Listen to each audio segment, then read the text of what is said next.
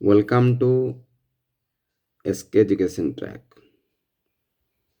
ଗୁରୁତ୍ୱପୂର୍ଣ୍ଣ ଶିରୋନାମ ସହିତ ଆମେ ଆପଣମାନଙ୍କ ପାଇଁ ଭିଟାମିନ୍ ଅଭାବ ଆଣେ ଆତ୍ମହତ୍ୟା ପ୍ରବଣତା। ଖବର କାଗଜରେ ପ୍ରକାଶିତ ତଥ୍ୟକୁ ଆଉ ଟିକିଏ ଏକ୍ସଟେନସନ୍ କରି ସୋସିଆଲ ରିଫର୍ମେସନରେ ସୋସିଆଲ ମିଡ଼ିଆର ପ୍ରଭାବକୁ ଆଉ ଟିକିଏ ଆମେ ଆପଣମାନଙ୍କ ପାଖରେ ପହଞ୍ଚାଉଛୁ। ଭିଟାମିନ୍ ଡି ଅଭାବରେ ଆତ୍ମହତ୍ୟା ପ୍ରବଣତା ବୃଦ୍ଧି ପାଏ। ଏହି ଗବେଷଣା ପ୍ରକାଶିତ ହୋଇଛି। ଏହି ତଥ୍ୟ ପ୍ରକାଶିତ ହୋଇଛି। ମିରିସନ୍ ଷ୍ଟେଟ୍ ୟୁନିଭର୍ସିଟି ଏହାକୁ ପ୍ରକାଶିତ କରିଛି। ସ୍ୱିଡେନର ଏକ ନାକରା ୟୁନିଭର୍ସିଟି ଏହାକୁ ପ୍ରକାଶିତ କରିଛି। ଏସବୁ ତଥ୍ୟଗୁଡ଼ିକ ଭାରତର ଇପିକ୍ ଗୁଡ଼ିକରେ ଭରପୁର ହୋଇ ରହିଛି। ଇପିକ୍ ଅନେକ ଟପିକ୍ ବିଷୟରେ ପ୍ରେଜେଣ୍ଟ କରିଥାଏ, ହେଲେ ଇପିକ୍କୁ ଆମେ ଏକ କାହାଣୀ ଭାବି ରଖିଦେଇଥାଉ, ଯାହା ସମ୍ପୂର୍ଣ୍ଣ ଏକ ଭୁଲ ପ୍ରକ୍ରିୟା। ଭିଟାମିନ୍ର ଓଡ଼ିଆ ଅର୍ଥ ଜୀବସାର। ଜୀବମାନଙ୍କର ସାର ଅର୍ଥାତ୍ ସାର ମାନେ ଗୁରୁତ୍ୱପୂର୍ଣ୍ଣ ବିଷୟ। ସାରର ଅନେକ ମିନିଂ ରହିଛି, ଏହା ଆପଣ ଜାଣନ୍ତି। ତେଣୁ ଆମେ ଯେଉଁ ଖାଦ୍ୟ ଗ୍ରହଣ କରୁଛୁ,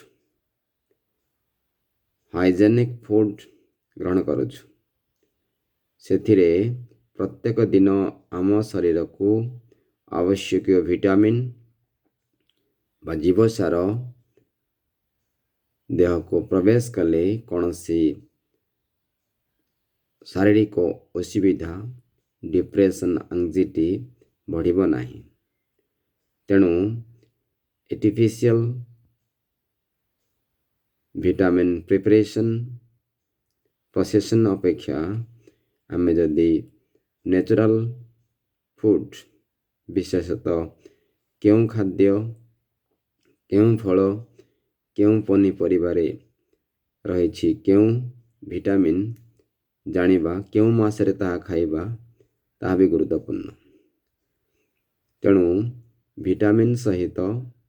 ଭିଟାମିନ୍ ଗ୍ରହଣ ସହିତ ଋତୁର ମଧ୍ୟ ସମ୍ପର୍କ ରହିଛି। ଋତୁ ସହିତ ଆମେ ଖାଦ୍ୟ ଭକ୍ଷଣ କରିବା। ଋତୁର ପ୍ରଭାବ ମଧ୍ୟ ଖାଦ୍ୟ ସହିତ ସମ୍ପର୍କ, ଶରୀର ତତ୍ତ୍ୱ ସହିତ ମଧ୍ୟ ସମ୍ପର୍କ। ଶରୀରକୁ ବୁଝିବା, ସେ ଅନୁସାରେ ଆମେ ଖାଦ୍ୟ ଗ୍ରହଣ କରିବା। ଆତ୍ମହତ୍ୟା ଏକ ଭୁଲ ପ୍ରକ୍ରିୟା। ଆଜି ଧୀରେ ଧୀରେ ଆତ୍ମହତ୍ୟାର ମାତ୍ରା ବଢ଼ୁଛି। ସଚେତନ ସହିତ ଭିଟାମିନ୍ର ଭୂମିକା। ଭିଟାମିନ୍ ଆମ ସଚେତନକୁ ଅଧିକ ସାକାର କରେ। ଏହାକୁ ମଧ୍ୟ ଆପଣ ଅନୁଭବ କରିବାର ଆବଶ୍ୟକତା ରହିଛି।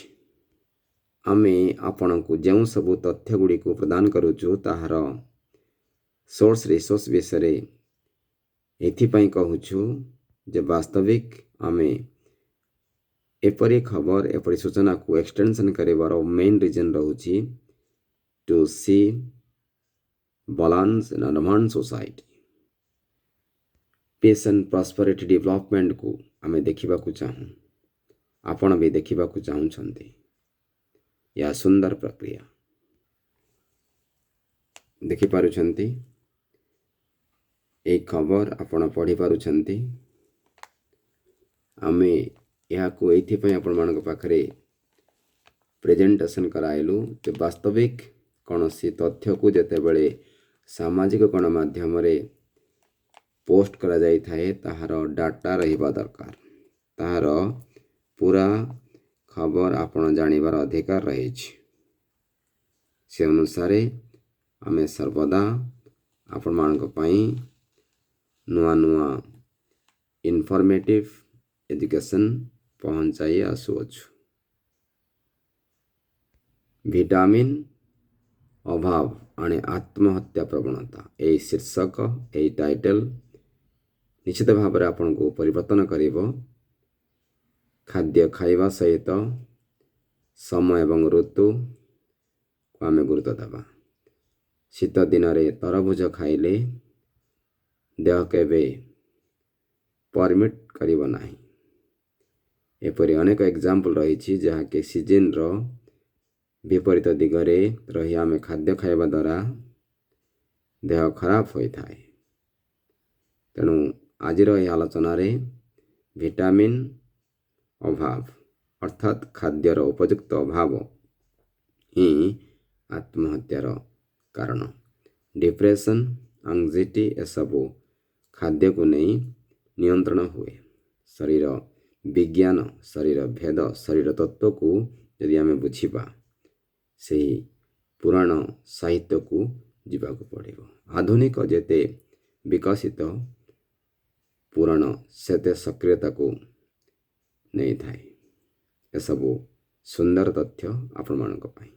ଶୁଣିବା ପରେ, ପଢ଼ିବା ପରେ କମେଣ୍ଟ କରିବେ, ସେୟାର କରିବେ। Let's stop suicide tendencies from society. Saved by Skip Foundation.